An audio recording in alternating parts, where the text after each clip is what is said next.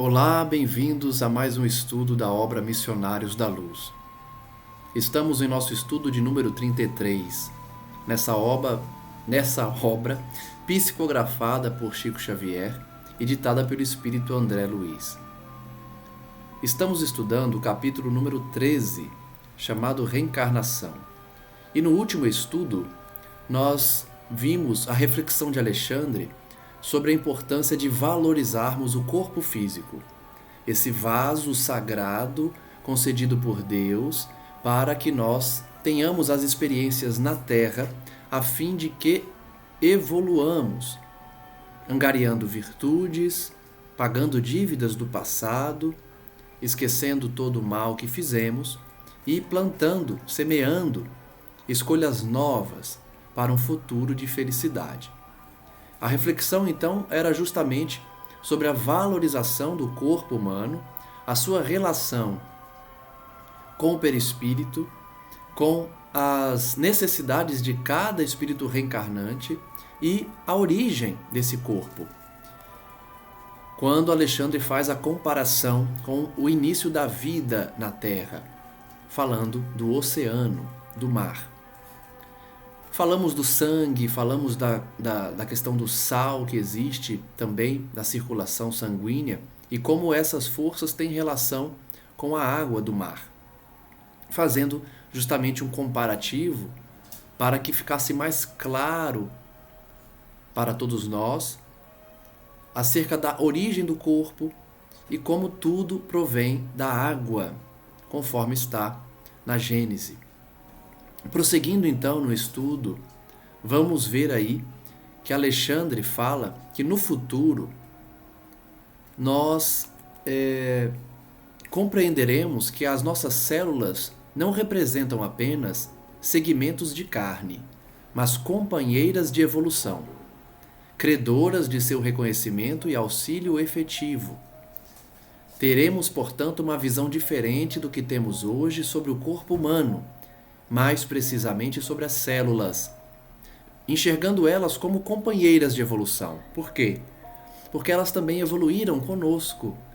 O espírito é separado da carne, porém, o corpo humano, sendo esse vaso sagrado construído, idealizado por Deus para a nossa utilização, ele também evolui. Nós aprendemos isso no último estudo. Por isso, as células são nossas companheiras na evolução também. Sem esse entendimento de harmonia no império orgânico, é inútil procurar a paz. Só teremos a consciência e a compreensão do que é paz quando valorizarmos o corpo físico, no sentido de instrumento, ferramenta para a nossa elevação espiritual. A conversação brilhante do orientador magnânimo e sábio sugeria sublimes questões. Entretanto, ele mesmo recordou-me o trabalho em curso e deu por findos os esclarecimentos daquela hora. Caberiam mais explicações, mas Alexandre precisava continuar no trabalho de auxílio a Segismundo para que ele reencarnasse. Lembrem-se que nós estamos acompanhando a vinculação de Segismundo ao feto e como ele tem a sua contribuição para que o processo fosse harmonioso, equilibrado. Estávamos a 2 horas depois de meia-noite. Permaneciam agora ao nosso lado não somente Alexandre e os construtores, mas também diversos amigos espirituais da família. Congregando todos os companheiros em torno de si, como figura máxima daquela reunião, Alexandre falou gravemente. Agora, meus irmãos, penetremos a câmara de nossos dedicados colaboradores para que se efetue o júbilo da união espiritual. E depositando Segismundo nos braços da entidade, que fora na crosta terrestre a carinhosa mãe de Raquel, acentuou: Seja você, minha irmã, a portadora do sagrado depósito. O coração filial que nos espera sentirá novas felicidades ao contato de sua ternura. Raquel bem merece semelhante alegria. Então notem que curioso.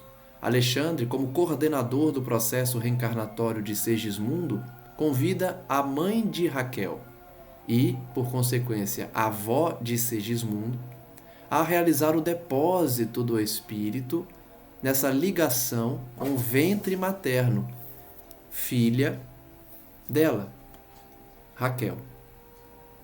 Então, Alexandre convida a todos para presenciar o momento desse depósito, dessa ligação, porque o casal já adormecido, mais de 2 horas da manhã, poderiam então visualizar como se daria aquela ligação.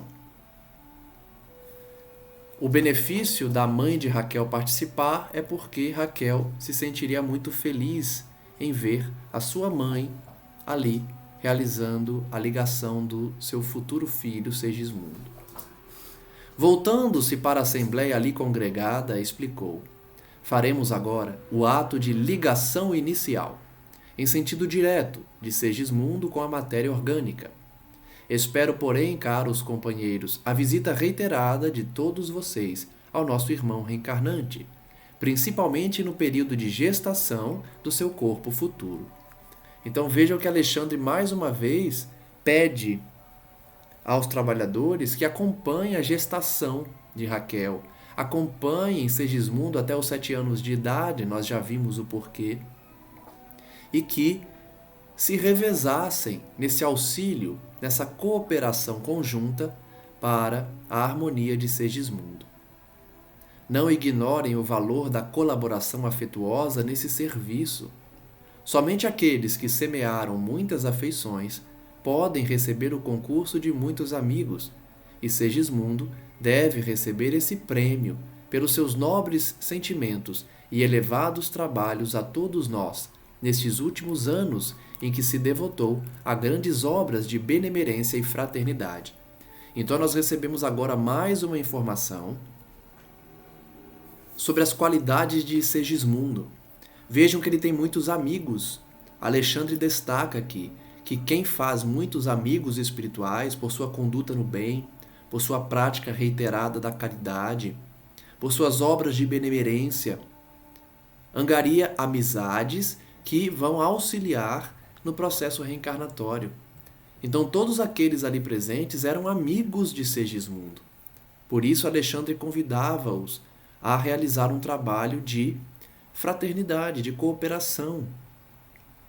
E isso serve de lição para a gente, É melhor que tenhamos amigos no mundo espiritual, para que eles nos ajudem nessas horas, nesses momentos, seja nos momentos de dor, de provação, de expiação, seja nos momentos de desenlace do corpo físico, desencarne, morte, seja no momento da reencarnação. Então os amigos espirituais estão conosco à medida que vamos ganhando essas amizades. Percebam que Alexandre utiliza a expressão prêmio. É uma premiação. Quem faz o bem, quem se dedica ao bem. Uma das premiações é conquistar amizades no plano espiritual. Logo após, penetrávamos o aposento conjugal, onde o espetáculo íntimo era divinamente belo. No leito de madeira, em macios lençóis de linho, repousavam 2 corpos que a bênção do sono imobilizava. Mas ali mesmo, Adelino e Raquel nos esperavam em espírito, conscientes da grandeza da hora em curso. Então Adelino e Raquel estão desdobrados pelo sono.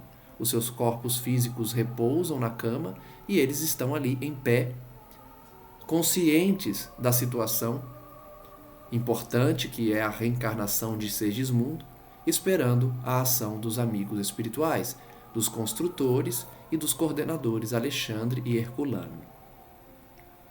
Despertando na esfera densa de luta e aprendizado, seus cérebros carnais não conseguiriam fixar a reminiscência perfeita daquela cena espiritual, em que se destacavam como principais protagonistas. Então, Alexandre já adianta que quando eles despertassem, eles não se lembrariam com perfeição do que aconteceu. Eles não saberiam dizer com certeza se presenciaram a reencarnação do futuro filho, por conta do mergulho na carne. Contudo, o fato gravar-se-ia para sempre em sua memória eterna. Quantas memórias nós não devemos ter, não é? E que não lembramos hoje porque estamos reencarnados. Mas essas memórias estão registradas eternamente. Muita coisa a gente não vai querer lembrar, não é? Porque fizemos muito mal ou nos desequilibramos, isso também fica registrado. Mas muitas bênçãos também estarão registradas em nossas memórias. É que o mergulho na carne faz a gente esquecer. Mas, à semelhança de Adelino e Raquel, quando retornassem ao mundo espiritual e estivessem em condições para tanto, se lembrariam desse momento, da reencarnação de Segismundo. Os amigos invisíveis do lar, companheiros de nosso plano, haviam enchido a câmara de flores de luz. Olha que bonito. O quarto em que se faria a ligação do espírito reencarnante ao ventre materno estava coroado de flores de luz, levadas ali pelos companheiros do plano espiritual, pelos amigos de Segismundo e do casal. Desde a meia-noite, haviam obtido permissão para ingressar no futuro berço de Segismundo, com o amoroso propósito de adornar-lhe os caminhos do recomeço. Então, se era 2 da manhã, desde a meia-noite, amigos espirituais entravam no quarto, enfeitavam o bercinho do Segismundo, tudo do lado espiritual, para abençoar a chegada dele. Mais de 100 amigos se reuniam ali. Olha quanta gente! Mais de 100 espíritos estavam prestando afetuosa homenagem ao casal e ao reencarnante. Olha quanta gente! Alexandre caminhou à nossa frente, cumprimentando carinhosamente o casal, temporariamente desligado dos veículos físicos. Percebam que é uma verdadeira festa, não é? Um encontro mesmo, uma celebração. É um ato sagrado a reencarnação. Então é toda uma cerimônia, não no sentido de ritualística, mas no sentido de comemoração, de alegria. A presença dos amigos para que seja feita a ligação do espírito reencarnante ao ventre materno. Em seguida, com a melhor harmonia, os presentes passaram as saudações, enchendo de conforto celeste o coração dos cônjuges esperançosos. Então, o casal recebia o carinho dos presentes, as homenagens, as palavras de esperança, de felicidades, por conta da filiação, né? Da reencarnação. O quadro era lindo e comovedor. 2 entidades ao meu lado comentavam fraternalmente: é sempre penoso voltar à carne, depois de havermos conhecido as regiões de luz divina. Entretanto, é tão sagrado o amor cristão, que mesmo em tal circunstância, sublime é a felicidade daqueles que o praticam. Então a entidade ao lado de André Luiz comenta que é muito difícil deixar as zonas iluminadas da espiritualidade quando estamos sintonizados no bem, para reencarnar nesse mundo tão sombrio e sofredor. Mas o amor cristão é tão sublime que torna feliz o momento da reencarnação, porque é a oportunidade para o avanço, é a oportunidade que nós temos para saldar dívidas e semear felicidade. Sim, respondeu a outra, Segismundo tem lutado muito pela redenção.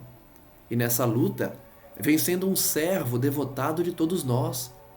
Bem merece as alegrias desta hora. Vejamos, então, quanto Segismundo é querido no mundo espiritual. Ele trabalhou por muito tempo lá. Por isso, tantas pessoas desejavam o bem dele, que ele tivesse sucesso na empreitada aqui na Terra. Que isso sirva de lição também para nós, porque nós vimos que Segismundo ficou bem perturbado antes de reencarnar. E ele é um espírito que tem méritos, que tem amigos espirituais, e mesmo assim, ele ficou bem perturbado. Quem se recorda dos últimos estudos, vai lembrar que ele ficou um bom tempo perto de Adelino num estado de perturbação, porque Adelino via ele e sofria muito com o passado, porque Segismundo tinha assassinado ele, na última encarnação. Mas vejam como Segismundo era querido, já estava trabalhando no bem há um bom tempo. Como é lenta a evolução, não é? Mesmo com toda essa bagagem, ele não estava muito bem momentos antes da reconciliação com Adelino, como vimos nos últimos estudos. A esse tempo, observei que a entidade convidada a guardar o reencarnante, a avó e consequente mãe de Raquel, estava a uma pequena distância da filha, entre os espíritos construtores. Refletia sobre esse fato quando alguém me tocou levemente, despertando-me a atenção. Era Alexandre, que sorria paternalmente, elucidando-me. Deixemos os nossos amigos por alguns minutos no suave contentamento das expansões afetivas. Iniciaremos o trabalho no momento oportuno. Alexandre deixa então que os familiares curtam aquele momento, não é? Porque é um momento de alegria. É como um aniversário, um casamento, a chegada de um bebê. É um momento de felicidade para a família. Alexandre então deixou eles um tempo ali para continuar o trabalho. Perplexo diante dos fatos novos para mim, eu não acomodara o raciocínio em face dos múltiplos problemas daquela noite. Por isso mesmo, alucinantes interrogações vagueavam-me no cérebro, como sempre, André Luiz cheio de dúvidas. O orientador percebeu meu estado da alma, e talvez por esse motivo deu-me a impressão de mais paciente. Valendo-me daquele instante, indaguei, indiquei Segismundo, recolhido nos braços acolhedores que o guardavam, e perguntei: nosso irmão reencarnante apresentar-se-á mais tarde entre os homens, tal qual vivia entre nós? Então vejam, André Luiz, quando viu Segismundo, já num aspecto de bebê, no colo da avó, desencarnada, formulou algumas perguntas para Alexandre. A primeira: Segismundo ia renascer com a aparência física que ele apresentou no plano espiritual? Primeira pergunta. Já que as suas instruções se baseiam na forma perispiritual pré-existente, terá ele a mesma altura, bem como as mesmas expressões que o caracterizavam em nossa esfera? Então a pergunta de André Luiz é: o reencarnante traz as características físicas parecidas ou até mesmo idênticas do perispírito, a forma que ele apresentava no plano espiritual, inclusive a altura? Alexandre respondeu sem titubear: raciocine devagar, André. Falamos da forma pré-existente, nela significando o modelo de configuração típica, ou mais propriamente, o uniforme humano. Então vejam a resposta de Alexandre. Esse modelo pré-existente no perispírito não significa que ele será completamente idêntico. Ele é um uniforme humano, a roupagem humana, uma configuração geral. Os contornos e minúcias anatômicas vão desenvolver-se de acordo com os princípios de equilíbrio e com a lei da hereditariedade. Então notem que os detalhes do corpo físico, como a altura, cor da pele, características físicas, tamanho de nariz, de boca, essas questões vão ser definidas pela hereditariedade. O perispírito ele molda como um uniforme, como algo genérico, geral, e não com minúcias. As minúcias estão inscritas nos genes. Quando o espírito se liga a esse corpo físico, todo aquele projeto que a gente viu com os gráficos, com os planejamentos, estão construídos. Por isso que os espíritos responsáveis são chamados de construtores. Eles já construíram o corpo físico que Segismundo iria utilizar. Não aquele perispírito que ele já possuía, que está com ele desde a sua criação. Não era ele que vai definir as características do corpo físico. O que o perispírito faz é despejar no corpo as suas reminiscências, ou seja, os seus arquivos armazenados ali por conta das atitudes do passado. Como eu sempre uso o exemplo que Kardec utilizou, da chapa fotográfica. As nossas atitudes é como se marcassem uma chapa fotográfica, que na época de Kardec era o melhor exemplo que ele tinha. Eu acho um exemplo muito interessante. O fotógrafo na época apertava o botão e o fogo, marcava na chapa a imagem.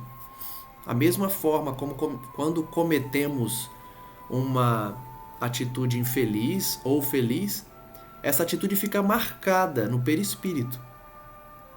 Quando reencarnamos, as nossas necessidades são transmitidas ao corpo físico, mas no planejamento reencarnatório, isso já é levado em conta.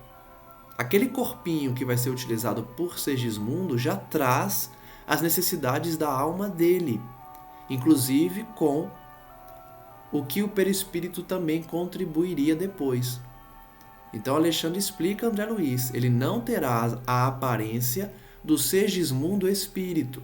Por quê? O corpo foi moldado, foi construído conforme a sua necessidade reencarnatória. A forma, as características seriam conforme a hereditariedade, ou seja, as características dos pais. A forma física futura de nosso amigo Segismundo dependerá dos cromossomos paternos e maternos. Adicione, porém, a esse fator primordial a influência dos moldes mentais de Raquel, a atuação do próprio interessado, ou seja, do próprio Segismundo, o concurso dos espíritos construtores, que agirão como funcionários da natureza divina, invisíveis ao olhar terrestre, o auxílio afetuoso das entidades amigas que visitarão constantemente o reencarnante nos meses de formação do novo corpo, e poderá fazer uma ideia do que vem a ser o templo físico que ele possuirá por algum tempo, como dádiva da superior autoridade de Deus, a fim de que se valha da bendita oportunidade de redenção do passado e iluminação para o futuro, no tempo e no espaço. Então vejam que a explicação de Alexandre para André Luiz é bem clara. O corpo físico está definido pelo molde construído, mas ele sofre a ação do próprio Segismundo, dos painéis mentais de sua mãe, dos construtores, dos companheiros espirituais que visitariam Segismundo nos próximos anos e da necessidade dele em evoluir, as situações que ele precisaria passar para evoluir. Tudo isso influencia na formação do corpo físico. Olha que complexidade. O fato é que a origem desse corpo já está planejada. O gênero de expiações já estão definidos. E o molde geral, genérico do corpo físico está presente no feto. Alguns fisiologistas da crosta concordam em asseverar que a vida humana é uma resultante de conflitos biológicos, esquecidos de que, muitas vezes, o conflito aparente das forças orgânicas não é senão a prática avançada da lei de cooperação espiritual. Essa última explicação significa o quê? Que a nossa ciência aqui da Terra, a ciência humana, lê as alterações do corpo físico durante a formação do feto, do bebê, como conflitos biológicos. Alexandre está dizendo que não, é um aparente conflito. Na verdade, é a ação da lei de cooperação espiritual agindo. Que cooperação é essa? Cooperação entre o reencarnante e sua mãe, entre os espíritos construtores e os amigos espirituais, e todos aqueles que participam do envolvimento do feto e da criança durante o seu desenvolvimento físico. É uma junção de vários fatores que determinam como o corpo físico ficará ao final dos 7 anos em que se completam a reencarnação. Segismundo terá então, insisti, uma forma física eventual, imprecisa, por enquanto, ao nosso conhecimento? Olha que inteligente André Luiz. Ele pega a resposta de Alexandre e diz: pelo que eu entendi, Segismundo recebeu só um molde genérico, uma forma imprecisa. É isso mesmo? O instrutor esclareceu sem demora. Se estivéssemos diretamente ligados ao caso dele, estaríamos de posse de todas as informações referentes ao porvir, nesse particular.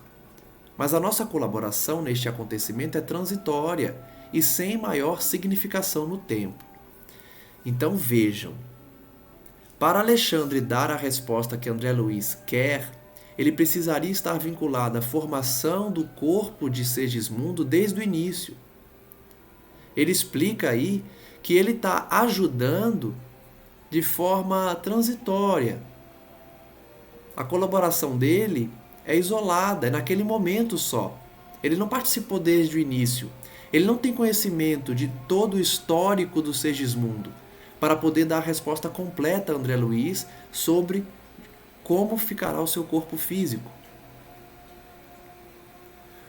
Os orientadores de Segismundo, porém, nas esferas mais altas, guardam o programa traçado para o bem do reencarnante. Então, quem está gerindo de fato a reencarnação dele é que tem essas informações mais precisas. A aparência de Segismundo, como que ele vai precisar reencarnar em relação ao seu corpo físico, se terá doenças, limitações físicas ou não. Tudo isso está na programação de quem realmente coordena a reencarnação dele. Alexandre estava ajudando de forma eventual. Note que me refiro ao bem e não ao destino. Olha só, essa diferença é importante. Os espíritos de luz responsáveis pela reencarnação de Segismundo visam o bem dele, e não o destino. Não lhe traça o destino, senão seria fatalidade. Senão seria determinismo. As nossas vidas seriam totalmente construídas por Deus e nós não teríamos livre-arbítrio. E não é assim. Os espíritos superiores que coordenam nossas encarnações traçam acontecimentos para o nosso bem, não para o nosso destino. Eles não traçam o nosso destino. Aí vem a explicação de Alexandre. Muita gente confunde plano construtivo com fatalismo. Essa questão é muito importante e muito discutida até hoje.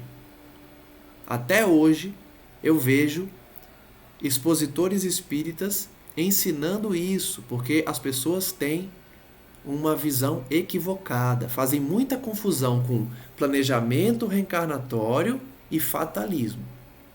Tem gente que acha que nós nascemos com a vida inteira traçada. Me recordei agora de um ensinamento de Haroldo Dutra Dias, que ele fala da teia de aranha. Que as nossas existências, elas não vêm com um planejamento em linha reta, contínua. É uma teia de aranha, depende das nossas escolhas. Uma vez feita a escolha, aí é como se a gente caísse nessa teia e aí sim estaríamos presos às consequências ali previstas. Mas isso é depois que fazemos a escolha, depois que exercitamos nosso livre-arbítrio. Senão seria fatalismo. Mas vejamos a explicação de Alexandre. O próprio Segismundo e o nosso irmão Herculano estão de posse dos informes a que nos reportamos. Ou seja, Alexandre diz que os detalhes da vida de Segismundo só sabem os espíritos superiores que coordenaram sua reencarnação. Aí ele diz: Segismundo sabe. Segismundo participou do planejamento reencarnatório. Ele sabe o corpo que vai receber, as situações que ele vai passar, as mais importantes, quais escolhas ele deve tomar. Ele sabe disso tudo. É que quando a gente renasce, a gente esquece, mas traz a intuição.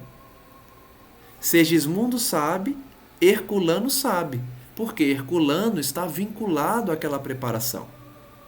Eles têm essas informações. Porque ninguém penetra num educandário para estágio mais ou menos longo sem finalidade específica e sem conhecimento dos estatutos a que deve obedecer. Olha que comparação interessante. Ele compara a reencarnação como uma matrícula numa escola.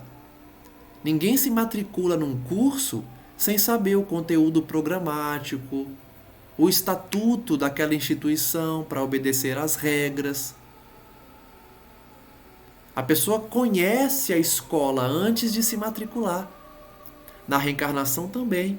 O reencarnante conhece o seu planejamento, mas isso não significa fatalismo. Ele tomará as escolhas que precisa realizar. E se ele cair? E se ele falhar? Fruto do seu livre-arbítrio. Ele não nasceu para errar. Ninguém reencarna para errar, para cometer o mal. Se cometemos ou se vimos pessoas cometerem, é porque escolhemos assim. E Deus respeita o livre-arbítrio. Muita gente se diz ateu porque não consegue compreender esse detalhe. Acha que foi Deus que criou o mal. Deus criou a guerra, Deus criou a fome, Deus criou a desigualdade social. Não foi Ele. Deus só cria o bem, o belo, o puro. São os homens que desvirtuam. Por quê? Ah, mas por que Deus permite? Porque Deus criou uma lei chamada livre-arbítrio. Livre-arbítrio é uma lei. É uma concessão de Deus para que nós tenhamos liberdade. Mas essa liberdade significa responsabilidade. Ao mesmo tempo que é uma bênção o livre-arbítrio, ele também nos prende às nossas escolhas. É uma prisão, é uma algema. Nós estamos presos às nossas escolhas. Se escolhemos o mal, ficamos presos ao mal. Até que reparemos, não é eternamente. Essa prisão não é eterna. É até o arrependimento sincero e o reparo do que fizemos de errado. Precisamos reparar. Pedir perdão a quem a gente fez o mal, reencarnar com essa pessoa, dar tudo a ela do que tiramos no passado, reparar o mal que fizemos. Então, não há fatalismo. O que há é planejamento reencarnatório. O planejamento é sempre para o bem. A gente planeja sempre acertar. Mas muitas vezes erramos, fruto do livre-arbítrio. Mas retornaremos um dia só para os acertos. Nesse ponto, o mentor generoso fez ligeiro intervalo e continuou em seguida. Os contornos anatômicos da forma física, disformes ou perfeitos, longilíneos ou brevilíneos, belos ou feios, fazem parte dos estatutos educativos. Então, com essa comparação que ele fez, fica muito fácil para a gente entender. De novo, ele comparou a reencarnação com a matrícula numa escola. Para reencarnarmos, precisamos conhecer as situações que viveremos. Da mesma forma que para nos matricularmos numa escola, precisamos conhecer o estatuto. Ok? Então, a pergunta de André Luiz é, em relação ao corpo físico, como que fica?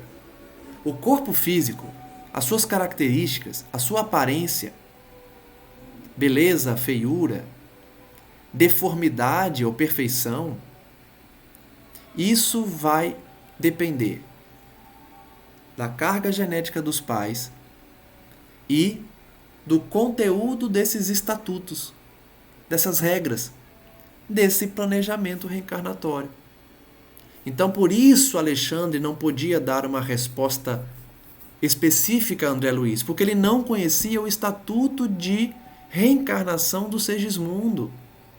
Ele precisaria estudar todo o planejamento reencarnatório de Segismundo para dizer a André Luiz, ele vai ter essa forma, ele vai passar por uma deformação de um órgão, de algo da sua aparência física, ele vai ter esse tipo de cabelo, essa cor, essa altura, porque ele vai ter estudado o planejamento reencarnatório.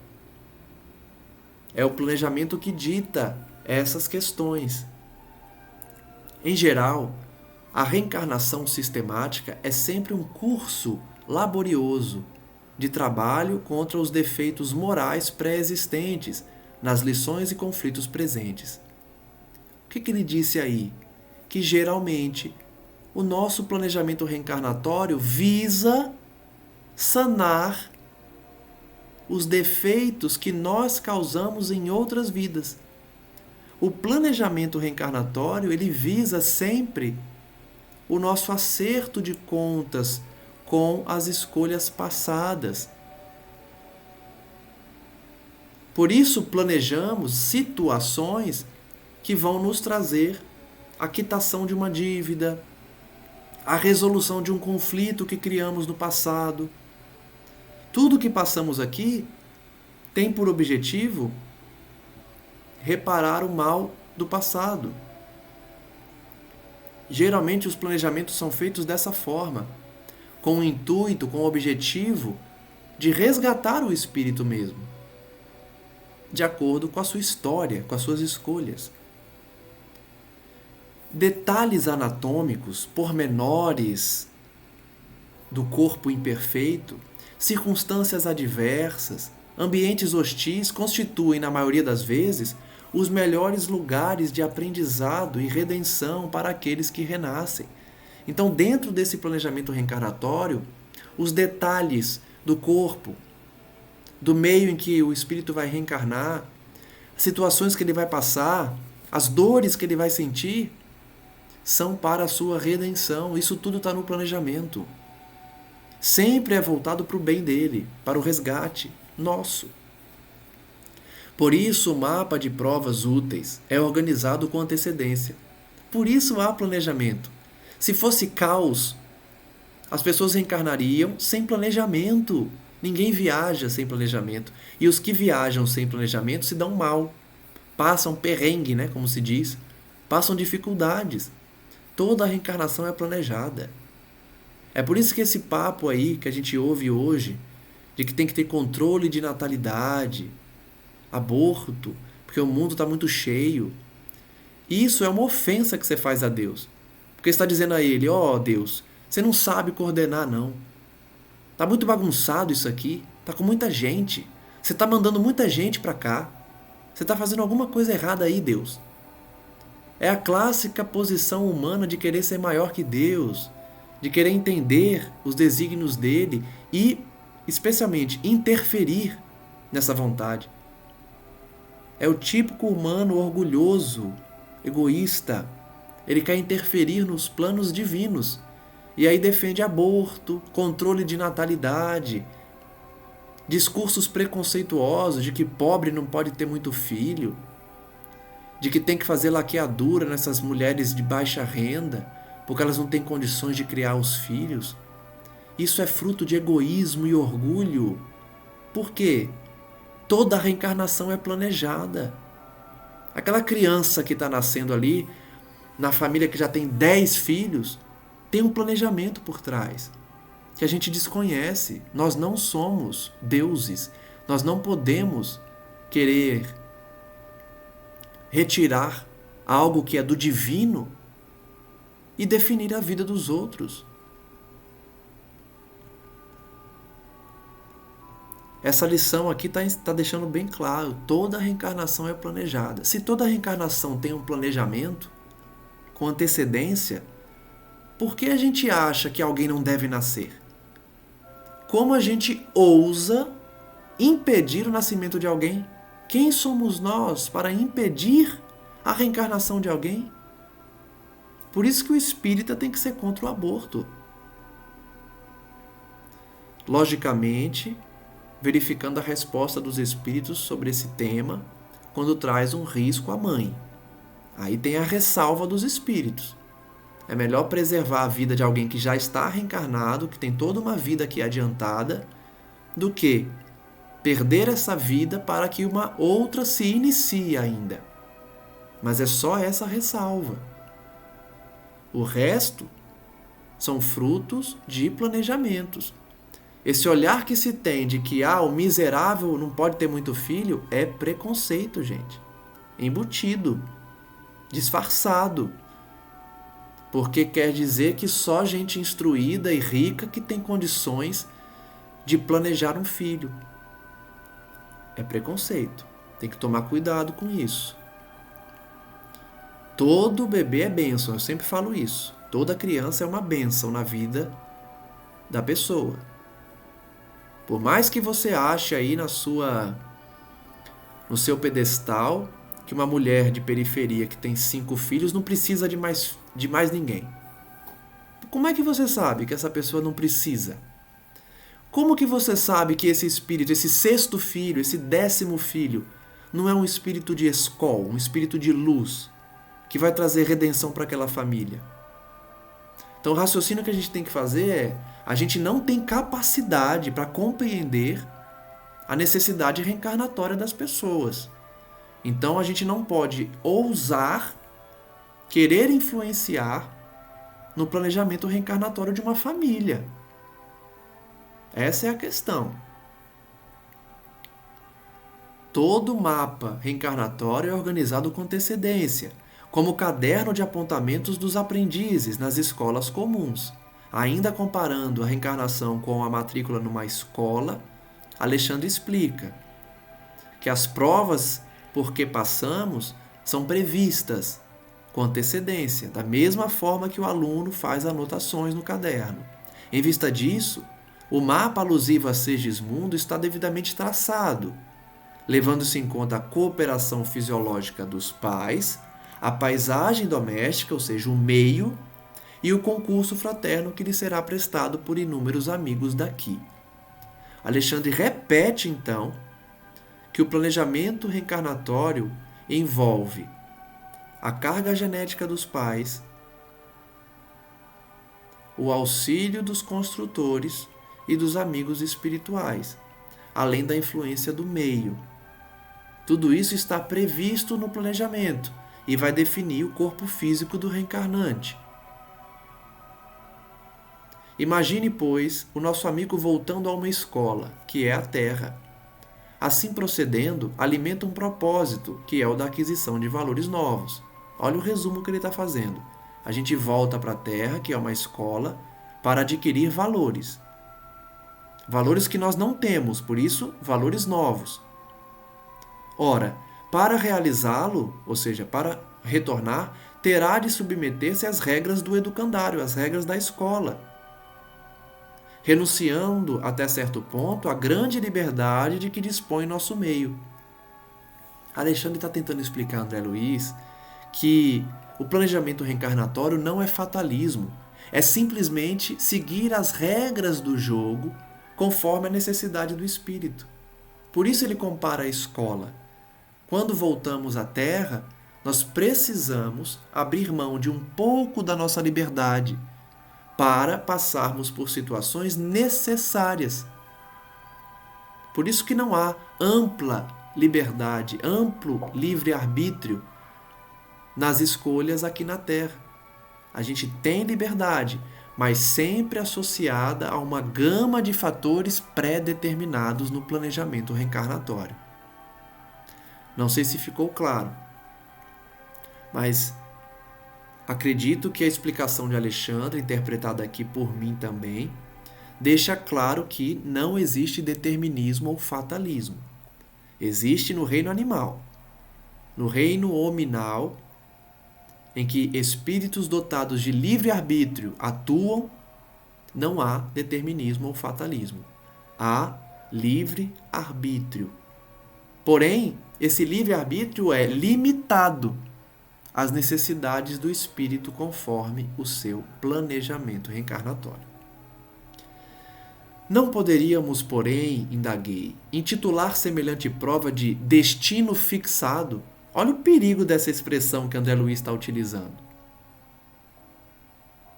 É perigosa essa afirmativa. Destino fixado. Primeiro que é redundante, né? Porque se é destino, é porque é algo que está fixado, na minha opinião. É algo fixo, é algo determinado. É o próprio conceito de destino. É algo determinado.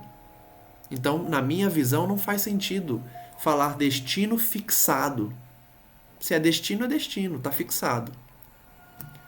Alexandre responde, com paciência: não incida no erro de muita gente. Muita gente acha que nós nascemos com tudo definido. É perigoso. Nem tudo está definido. Algumas pessoas vão dizer que o que está definido são as principais questões. Eu prefiro crer que nós nascemos com um planejamento, sempre voltado para o acerto e sempre voltado para sanar dívidas que temos por conta das escolhas no passado. Então é construído um planejamento para a gente saldar essas dívidas.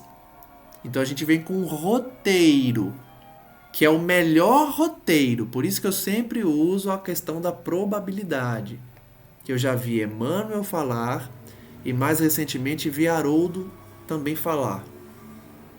Que planejamento reencarnatório ele é construído com base na probabilidade de acerto.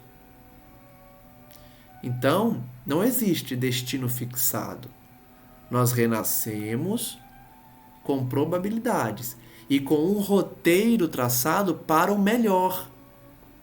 Não significa que a gente vai seguir esse roteiro por conta do nosso livre-arbítrio. E aí, a escolha diferente do que está programado pode trazer sofrimento, e geralmente traz. Porque o ideal é você seguir o roteiro.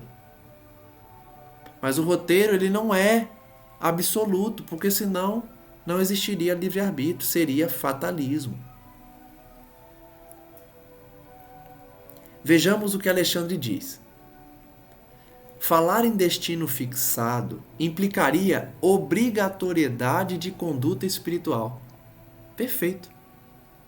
Se tivesse fixado, a nossa conduta espiritual seria obrigatória. A gente só poderia praticar aquela conduta. Obrigatoriedade. E não é assim. Nós temos uma gama de escolhas. O ideal é fazer a escolha conforme o planejamento reencarnatório. Esse é o ideal. Esses são os completistas. Lembram dos completistas? Aqueles que retornam ao nosso lar tendo cumprido com perfeição o seu planejamento? Esse é o completista. Ele seguiu o roteiro ideal, idealizado para ele naquela encarnação. Esse é o completista. Mas a maioria não segue o roteiro ideal. Segue metade do roteiro, segue só o início do roteiro. Erra nas escolhas todas e aí no final da vida volta para o roteiro original. Essa é a nossa realidade.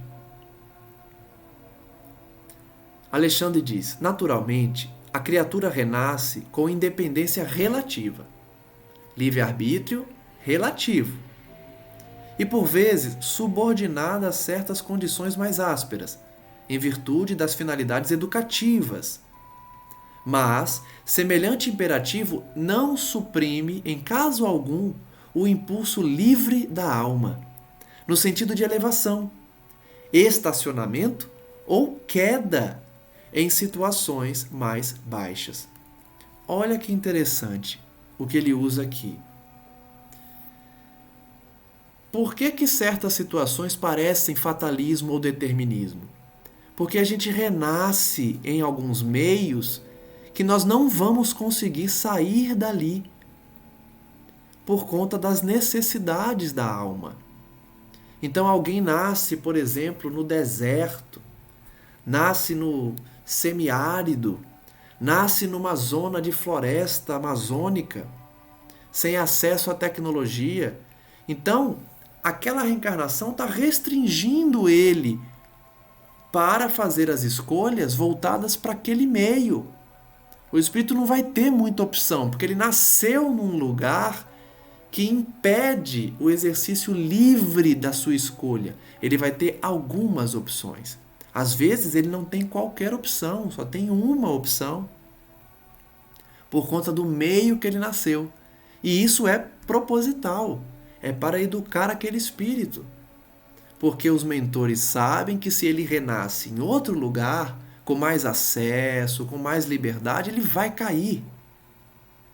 Então tem espírito que inclusive pede para nascer num lugar que ele não vai poder desenvolver o intelecto, não vai poder desenvolver a sua vaidade, o seu orgulho, porque isso foi o motivo da sua queda. Renascemos, portanto, com independência relativa e subordinados a certas condições, por conta da nossa necessidade, finalidade educativa. Então a pessoa nasce com uma deficiência que vai impedir que ele desenvolva uma paixão, por exemplo. Ou vai nascer num meio em que os pais não querem saber de educação. Tem pais que falam, não, vai trabalhar, desde pequenininho vai trabalhar. Vocês acham que isso não está planejado para aquele espírito? Você vai olhar para essa criança e falar, tadinho, ele não vai ter oportunidade de estudo. É triste mesmo, mas o planejamento reencarnatório dele fez ele nascer num meio áspero, com a finalidade educativa. Ele precisa desenvolver aqueles valores ali. Eu não estou dizendo que esses pais estão certos, tá? Em não dar educação para a criança. Mas tem situações, tem locais que é da cultura, que é da vivência daquela família. Você vai julgar essa família, esse casal, por exemplo? Faz parte do planejamento daquele espírito. É como eu sempre digo, isso não significa que nós devemos deixar as pessoas sofrerem. Por exemplo, já falei isso aqui antes. Se está no planejamento reencarnatório da criança passar fome, ela tem que passar fome mesmo. Deixa ela passar fome, eu não vou dar comida. Não é isso, pelo amor de Deus. A programação dela é passar por situações ásperas, difíceis. Isso não significa que a humanidade não tenha um dever de cuidado, de fraternidade, mesmo porque Jesus falou isso o tempo inteiro. Então não está correto o pensamento de que se nós viemos com planejamento, não podemos mexer. Não pode mexer no planejamento, eu não posso ajudar ninguém. Porque se eu ajudo, eu estou atrapalhando o planejamento espiritual. Não, isso é exagero. Isso aí já é interpretar ao pé da letra o que a gente está estudando aqui. A interpretação ao pé da letra é sempre perigosa e na maioria das vezes, se não todas, equivocada, errada. Então, planejamento reencarnatório não significa que os seres que circundam o reencarnante não possam interferir. Até porque, se Deus nos coloca ali e nos dá a oportunidade de ajudar, é porque Ele permite isso. Está dentro da programação também daquele espírito. Porque se não tiver, se tiver programado que o indivíduo não possa receber nenhuma ajuda, porque ele precisa passar, a ajuda não vai chegar. A gente não vai conseguir ajudar a pessoa. Como acontece muito. Todo mundo tenta ajudar aquela pessoa, mas a ajuda não consegue chegar até ele. Ou não é suficiente. Por quê? Porque aí está no planejamento. Aí está na necessidade daquele espírito. Portanto, não cabe a nós decidir. Esse caso eu ajudo. Esse caso não. Porque na minha visão, ele precisa passar por isso. Agora aquele ali não precisa. Não é a gente que faz isso. O nosso dever é ajudar sempre. Sempre, a todos. A gente não deve fazer essa escolha de fazer o bem. Essa seleção a quem eu vou ajudar. O Evangelho é claro. Ajudar todos que aparecerem. Todos. Por quê? Aqueles que pela programação não puderem ser auxiliados, você não vai conseguir ajudá-lo, mesmo querendo. A nossa posição fica mais fácil, porque esse juízo de valor não é a gente que vai fazer, se ajuda ou não. Aí fica mais fácil.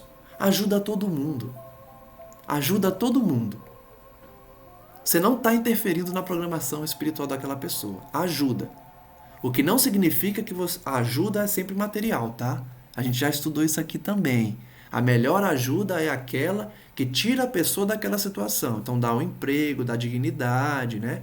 Mas na emergência, alimente. Dê dinheiro mesmo, na emergência. Ajude à medida da sua possibilidade. Deixe para Deus. Deixe para os espíritos responsáveis pela reencarnação daquele indivíduo decidir se você está influenciando demais no planejamento dele ou não. Não é você que vai fazer essa escolha, esse juízo de valor. Finalizamos então mais um estudo, agradecendo a todos que nos acompanham. Amanhã vamos continuar esse capítulo para entender melhor como funciona fatalismo, reencarnação, planejamento reencarnatório. Eu não sei se as minhas palavras aqui estão claras ou se estão confundindo vocês. Deixe os comentários se tiver dúvida, mas eu espero que eu esteja interpretando de forma correta os pensamentos de Alexandre e André Luiz. Peço então aos amigos espirituais que possam nos envolver neste momento e convido os nossos irmãos que nos ouvem, que nos acompanham, a orar também, pedindo cada um conforme a sua necessidade, conforme a sua compreensão, conforme o seu carinho por terceiros, por familiares, por amigos, por conhecidos, que estejam precisando receber uma energia salutar. Peço então aos amigos espirituais que possam enviar essa energia, essa paz, essa vibração de harmonia, de amor, de fraternidade, a fim de que estejamos ligados no mesmo propósito de aprendizado, de reforma íntima, de prática do bem e, principalmente, de obedecermos ao roteiro iluminativo do planejamento a que nos dedicamos antes de reencarnar. Que cada um possa fazer uma autoanálise, indagando a si mesmo: estou seguindo o roteiro que Deus preparou para mim? Ou eu decidi, pelo meu livre-arbítrio, a caminhar por caminhos tortuosos, equivocados, que me atrasam a marcha evolutiva?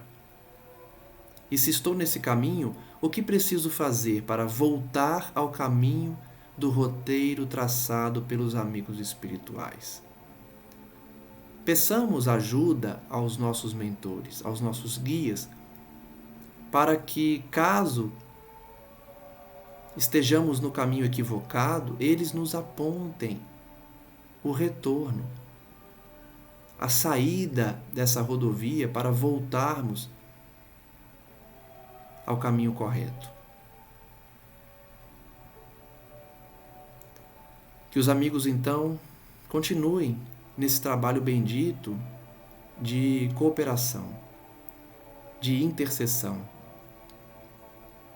de orientação,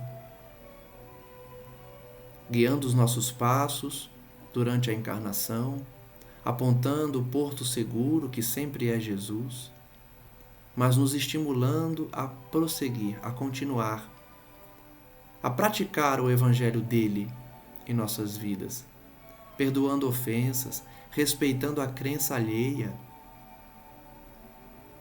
evitando a maledicência, a reclamação e principalmente a maldade. Que a paz do nosso amigo maior, Jesus, e a bênção da sua Mãe Santíssima abençoem toda a terra.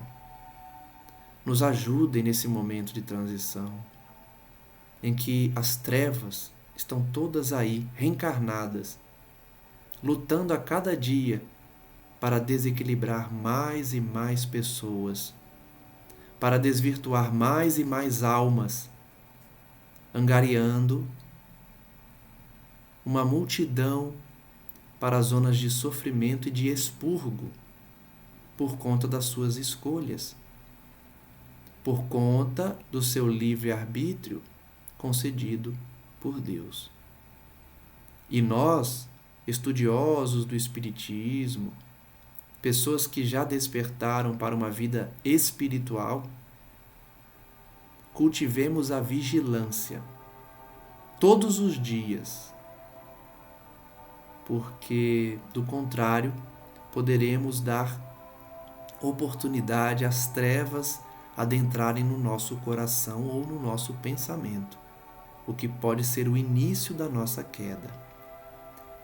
Mantenhamos a vigilância e a oração para que as trevas passem direto pelas portas das nossas casas, não consigam adentrar, nem ao menos enxergar essa porta, para que justamente passem direto e estejamos protegidos junto daqueles responsáveis por nossa orientação.